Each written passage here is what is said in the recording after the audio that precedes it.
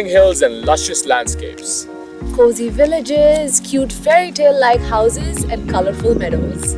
Welcome to Plush Places. I'm Rahul Jagtiani. And I'm Elixir Nahar, and we're up in the beautiful Lake District in the UK.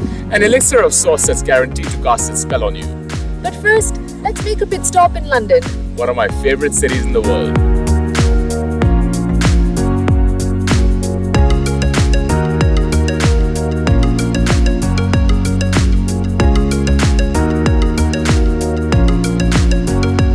London never gets old. A city that you can come back to again and again, and yet find so many new and exciting things to do here. That's exactly what we were aiming for. Different experiences and a fun-filled, action-packed day. But had to be plush. And we were off to a good start with a London helicopter at the Pod building in Battersea.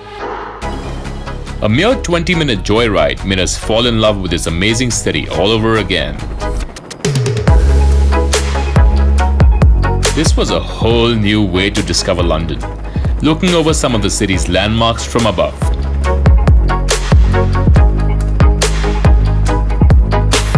I kind of felt we were in a James Bond movie, to be honest. The world at our feet. But hey, as 007 himself would say, the world is not enough. And surely it wasn't, because amidst this wonderful skyline, there was a patch of green we had missed that we were keen to explore. Any guesses? Well, here we are. We're at Lord's, home of this great game of cricket. And these grounds have been graced by many world champions in the past. And now it's us. And Elixir here knows a thing or two about cricket. You mean the fact that seam and swing bowlers have an advantage due to the natural variation in the slope between the nursery end and the pavilion end? I do. But that aside, this is the exact spot where Kapil Dev lifted the 1983 World Cup, and right over there, we have the balcony where Saurav Ganguly got a little too carried away with his celebration. Well, that's right. You do know your cricket. Well played. I do. So let's just go walk around a bit. Let's check it out.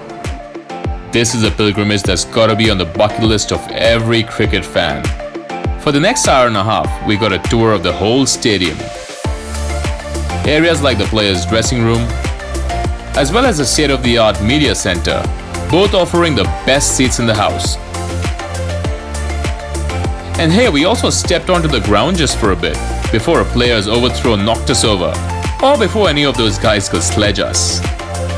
A walk through the long room, with its impressive paintings of cricketers and administrators, would be a dream cherished by every player of the sport.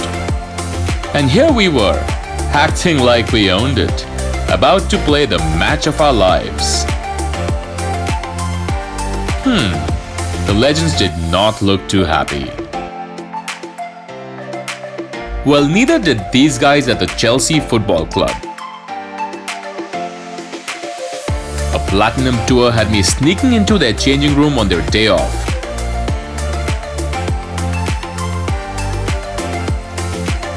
Apparently, this is their home. I could totally rock one of these jerseys, or steal their plans for the next game. And then I walked through the tunnel onto the pitch, like a boss. All warmed up and raring to go, we then fancied a climb over the famous O2 Arena, home to some of the best live entertainment in the world. Some of the top stars in music and sport have graced this venue, so it's fair to say we were gonna be above the stars. Scaling the dome seemed a bit daunting at first, but with this guy's expert tips, turned out to be a fairly enjoyable activity for all. Ha! Better late than never.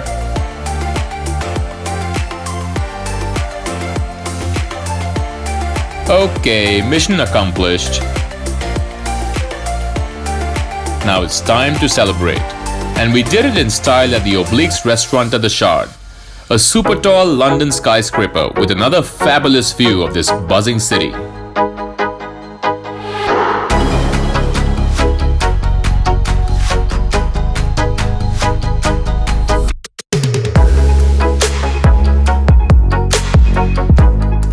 And cheers to you too.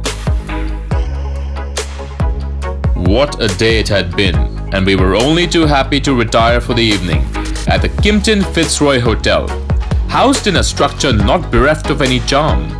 Victorian grandeur with a contemporary touch.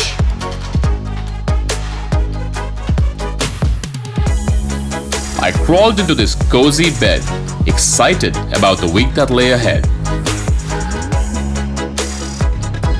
A 3-hour train ride from London got us to Penrith in the Lake District National Park, also known as the Lakes, a region in the northwest of England, in the county of Cumbria. The idyllic English countryside, a very different vibe from what we had just experienced in the nation's capital.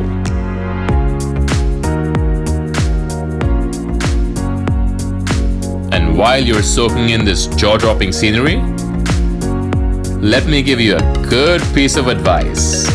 One of the things that makes it a lot easier to get around Lake District is getting a car. In our case, we had Jim drive us around. Where's Jim? Hi, I'm Jim from Mountain Goat Holidays, and I know quite a lot about the Lake District. I've got my car here, and I'd be quite happy to show you around. And if you come in the winter, he can show you around in a one-horse open sleigh. Ho, ho, ho. We pulled into the McDonald Leaming House Hotel, a quaint 200-year-old country house peering out onto Ullswater, a lake in one of the less touristy parts of Cumbria. Something really nice and cozy about these English country homes, right? We just wanted to stay in, perhaps enjoy a hot cup of tea in the lounge, or step outside and look at the sheep grazing in the meadows, or chat about life sitting on that cute little wooden bench. If it wasn't for Jim, believe me, we wouldn't have moved out for the rest of the week. But what can I say? The affable chap convinced us to step out and drove us straight to the sprawling Lowther Castle close by.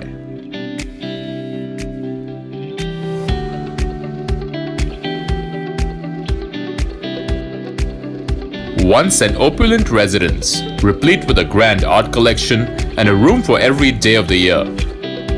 It was run to the ground thanks to the extravagant and decadent lifestyle of Hugh Lowther, the 5th Earl of Lonsdale.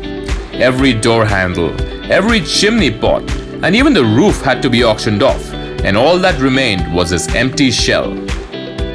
Walking around this romantic ruin got us wondering, how does one blow away that kind of fortune?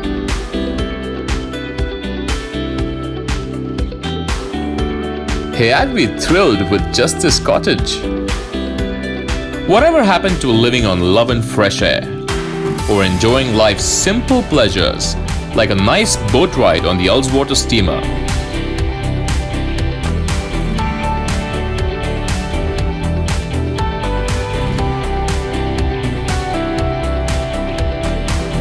You are now witnessing true happiness. Our next stop was Dalemain Estate, what I thought would be just another beautiful centuries-old mansion. Perfectly laid dining table, vintage furniture, and gosh, don't you just love that 4-poster bed? And you will not believe what takes place here every year. Let's find out from the owner herself. I'm Jane Hazel McCosh, and welcome to Dalemain in Cumbria, where we run the World's Original Marmalade Awards, and every year we have a wonderful competition where people send their marmalade from all over the world. Let's give it a try. So here we have the best marmalade in the world, Jane's marmalade. Great, thank you. So as you guys know, this is made by Jane, and she's gonna need to organize a new set of awards called the Marmalade Eating Contest, which I think Elixir and I are gonna win. So let's go for it. Let's check it out. It's very good, isn't it? Yeah, we're gonna need a few more jars. Another town, another secret family recipe, this time in Grasmere, a short ride away. Welcome to Grasmere. So I've got Joanne here from Grasmere Gingerbread, and she's got this secret recipe which she won't tell me about. Joanne, welcome. Thank you. Yes, Grasmere gingerbread. It's Yes. made to a secret recipe. It's not what you'd normally expect. It's a cross between like a biscuit and a cake, crispy and chewy.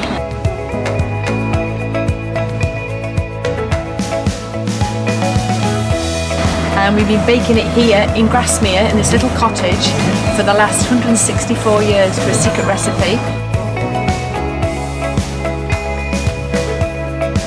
The inventor, Sarah Nelson, is buried right here in the churchyard. Oh, right here.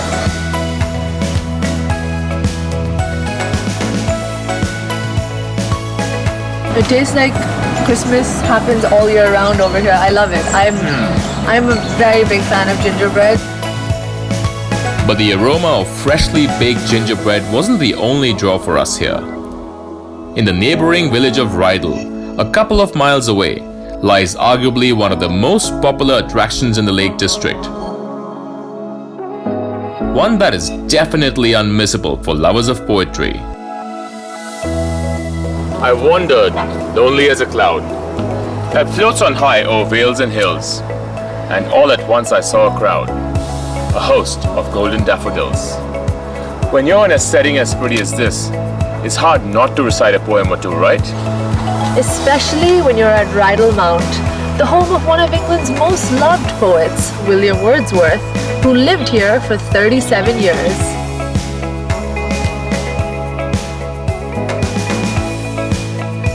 It may be a museum today, but the house has still retained the warm, lived-in character that probably allowed Wordsworth to be at his creative best.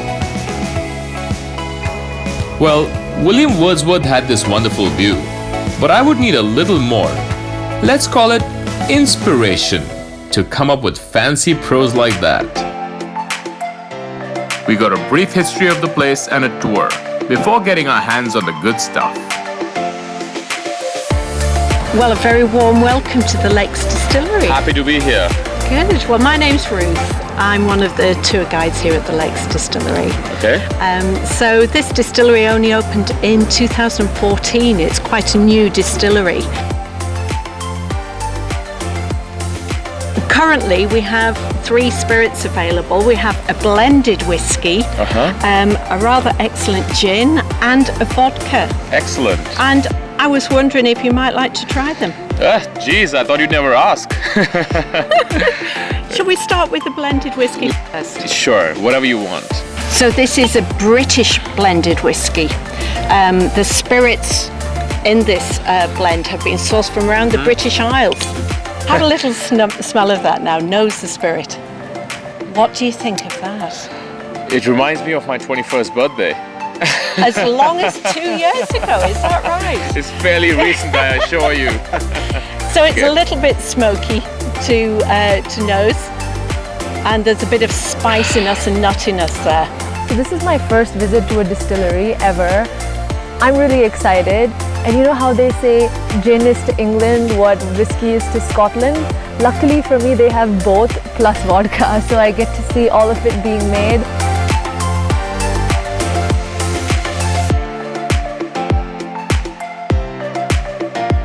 And what did we do after one too many? Instead of walking back to the parking lot, we accidentally headed in the other direction out back. And this is what we found.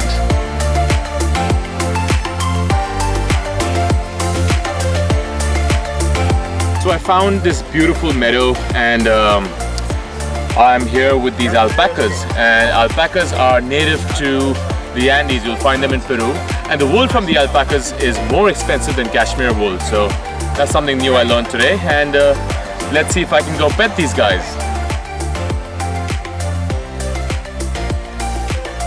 That's gonna keep you warm in the Lake District.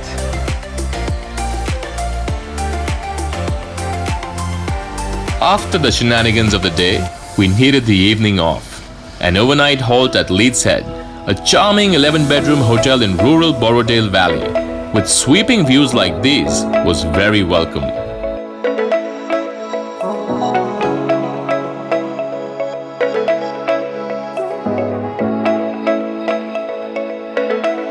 As was an early morning hike up Lorik Fell. Pristine, picturesque, and an outdoor adventurer's paradise. A couple of hours here and we worked up a good sweat.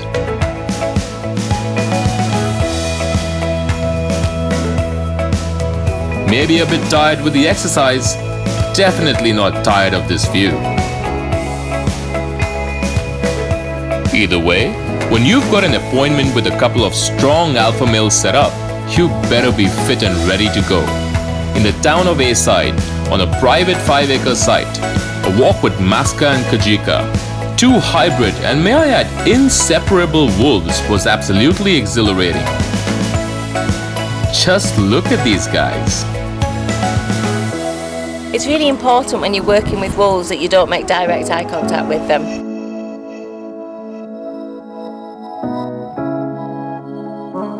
There's lots of ways to communicate with a wolf. Some are very positive, some are very negative, and communicating with them by looking in their eyes is a particularly important one.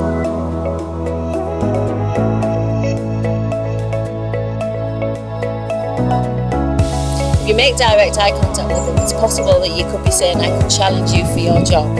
So it's easier not to make eye contact with them at all, and then you don't get into a difficult conversation with them. If it wasn't for Dee and Daniel, let's just say we may not have lived to tell the tale, because the wolves made sure we knew we were in their territory.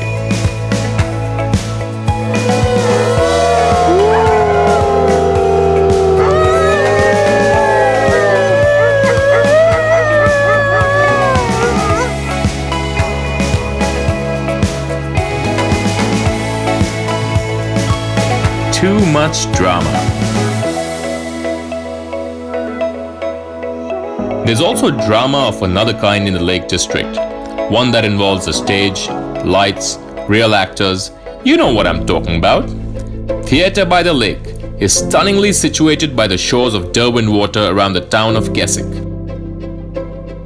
and offers an eclectic selection of plays throughout the week performed by the same set of actors. Needless to say, it was a packed house that really brightened up our evening.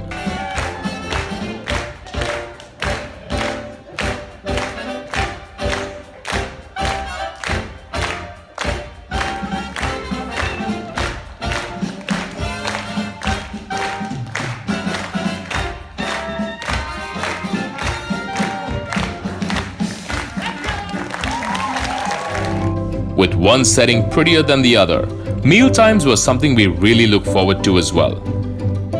Top-notch dining in the Lake District.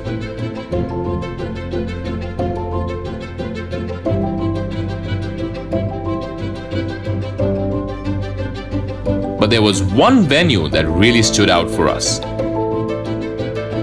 The Inn on the Lake. Offered views like these. But we'd had our fair share of outdoor fun for the day. Hiking fells, walking with wolves. Honestly, all we could think about was wolfing down an exotic Cumbrian meal.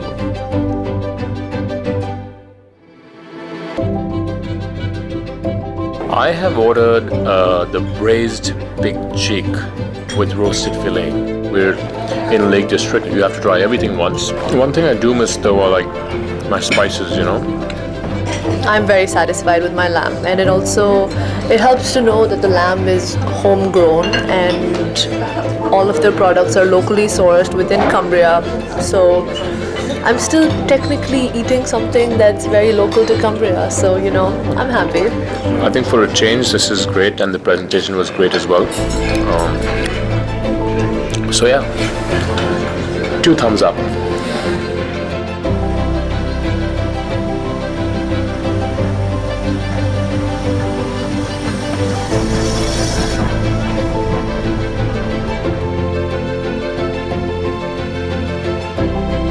The last couple of days were spent at Windermere at the Lowood Bay Resort and Spa.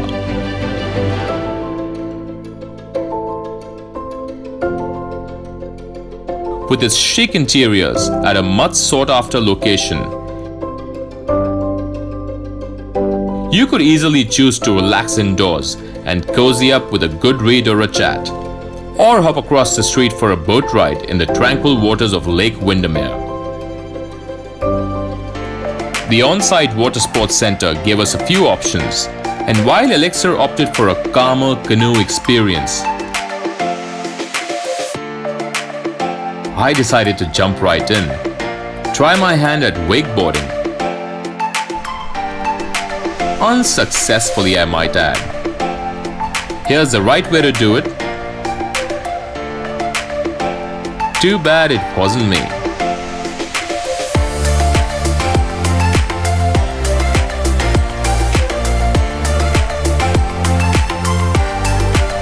Alright, I can be a bit clumsy. So stand-up paddleboarding soon turned into kneel-down paddleboarding. And an early morning swim despite the chilly waters meant that my love affair with the lakes was still going strong.